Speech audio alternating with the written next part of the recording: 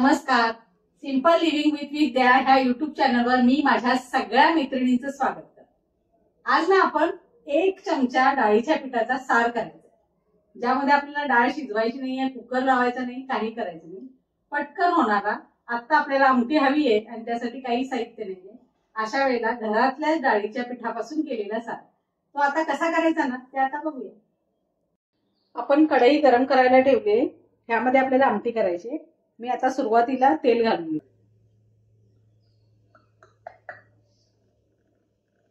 एक पळी पण मी गच्च भरून घेतलेली आहे, अगदी थोडंसं तेल घेतलेलं आहे. ह्या बाजूला आपण जसं तेल गरम करायला ठेवलेलं आहे ना कढईमध्ये, तसंच मी ह्या बाजूला आमटीसाठी लागणारं पाणी ठेवलेलं आहे. 2-3 वाट्या पाणी इथं गरम करायला ठेवलेलं आहे. त्यानंतर आता आपल्याला फोडणी घालून घ्यायची आहे. सुरुवातीला मोहरी घालायची तेलात, नेहमी जशी फोडणी करतोय अगदी तशी.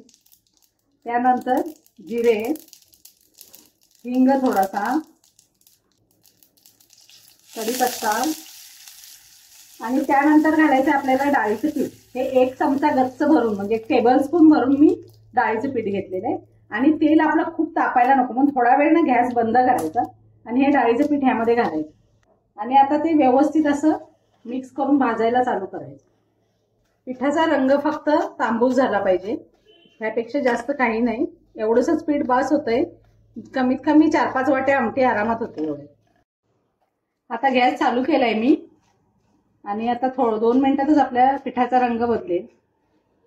रंग बदललाय आपल्या पिठाचा. आता ना मी बाकीचं साहित्य ह्यामध्ये घालून घेते, ज्यामध्ये ना मी लसूण आणि खोबरं खलबत्त्यामध्ये वाटून घेतलेलं आहे ते घालते.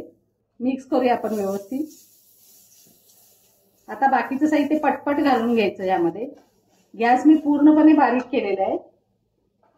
लाल तिखट घालूया 2 चमचे. त्यानंतर हळद, जिरा पूड आणि धना पूड मिक्स करूया व्यवस्थित.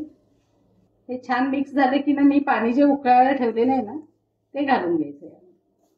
आता ना मी पाणी ओतून घेते.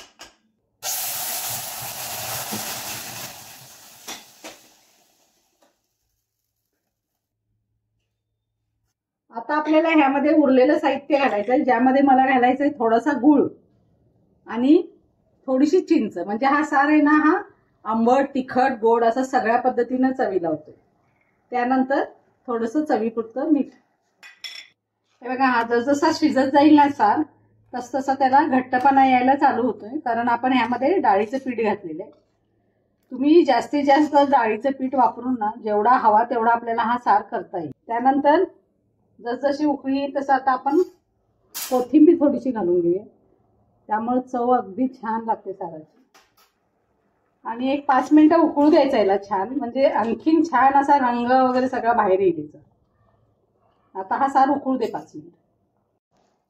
हे बघा, आता मस्त असा शिजून आपला सार तयार झालेला आहे. आणि तुम्ही बघाल ह्याला किती थिक झालेला आहे आता हा सार. आणि तुम्हाला जर पातळ हवा असला तर आणखीन पाणी वाढवलं तरी पण चालेल. तुम्हाला जसं हवा तसा हा सार तिखट, गोड, चिंच ज्या ज्या पद्धतीने जे घालता येईल ते त्या पद्धतीने तुम्ही हा करू शकताय. पोळीच्या काठाचा सार जसा असतोय ना अगदी त्याच पद्धतीने ह्या साराची चव लागते. त्यामुळे तुम्ही हा नक्की ट्राय करा एकदा.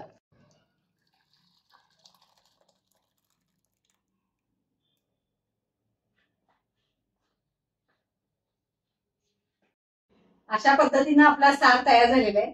मस्त गरम गरम भात, सार, पापड, लोणचं असा मस्त असा बेत करा आणि ह्या साराची ना चव बघा. अगदी पोळीच्या कटाच्या सारासारखीच ह्या साराची चव असते. अतिशय सुंदर लागतोय तो चवीला. त्यामुळे नक्की करून बघा आणि मस्त मस्त अशा कमेंट्स मला द्या. थँक्यू.